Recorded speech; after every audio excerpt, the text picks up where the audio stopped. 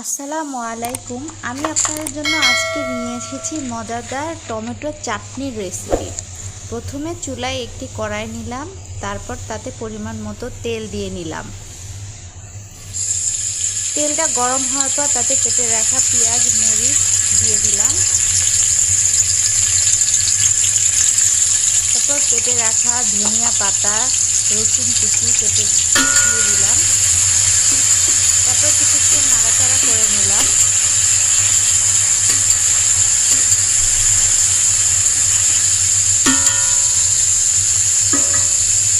এরপর কেটে রাখা টমেটোগুলো দিয়ে দিলাম।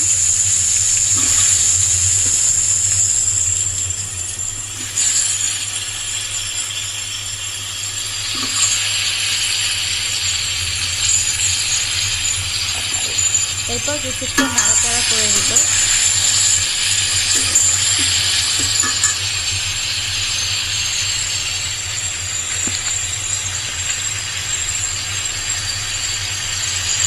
তারপর দিয়ে দিলাম একটু লবণ পরিমাণ মতো, একটু হলুদের গুঁড়া। তারপর আবার একটু নাড়াচাড়া করে নেব। ভালোভাবে সব কিছু মিশিয়ে নেব। সব কিছু মিশানো হয়ে গেলে এরপর দিয়ে দিব একটু ভাজা জিরার গুঁড়ো।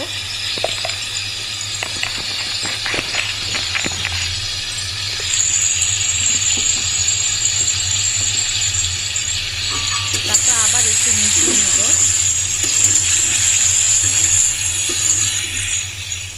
এরপর দিয়ে দিব একটু মরিচের গুঁড়া। এরপর সবগুলো একসাথে আবার মিশিয়ে নেব ভালো করে।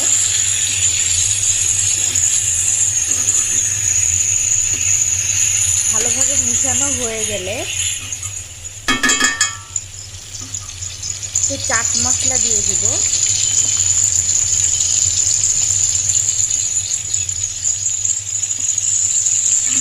চাট মশলা দেওয়ার পর আবার সবগুলো একসাথে মিশিয়ে নেব।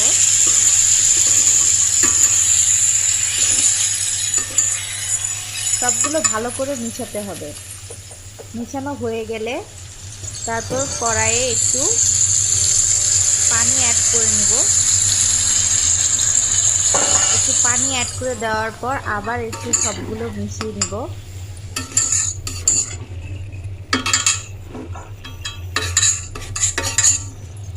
সবগুলো ভালোভাবে মিশানো হয়ে গেলে ঢাকনা দিয়ে ঢেকে দিব। সিদ্ধ হওয়া পর্যন্ত অপেক্ষা করব। ঢাকনা খুলে দেখি সিদ্ধ হয়ে গিয়েছে। তারপর ভালো করে চামচ দিয়ে নেড়ে চেড়ে দিব। চামচ দিয়ে সবগুলো টমেটো রসুন ভেঙে ভেঙে দিব ভর্তার মতো করে। তারপর একটু চিনি অ্যাড করে দিব।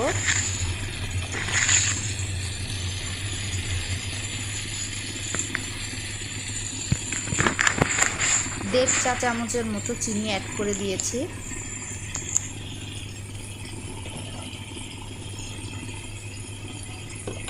তারপর সবগুলো আবার একসাথে মিশিয়ে নিব।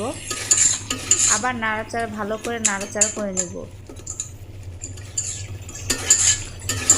ভালো করে নাড়াচাড়া করা হয়ে যাওয়ার পর চুলার আঁচটা একটু কমিয়ে দিব। এবার চামচ দিয়ে ভালো করে সবগুলো ভর্তা করে দিব। ভর্তার মতো করে সবগুলো করে দিব। টমেটো রসুন আধা ভাঙা করে ভর্তার মতো করে নেব।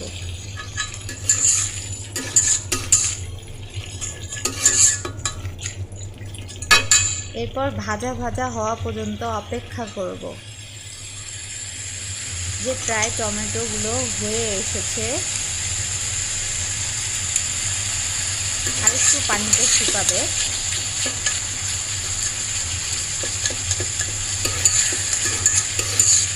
চিনির একটু পানি আর টমেটোর পানি একটু ছেড়ে দিয়েছে, তার জন্য এটা পুরোটা শুকিয়ে শুকনো শুকনো হতে হবে। হালকা একটু মাখা মাখা শুকনো শুকনো হয়ে গেলে তারপর এটা নামাবো।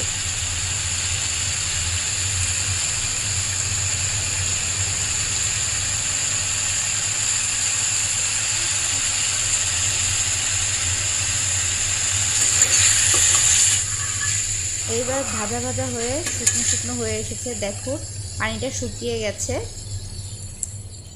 এরপর নামিয়ে নিচ্ছি। ব্যাস, পরিবেশন শেষ। এবার রেডি আমার মজাদার টমেটো চাটনি।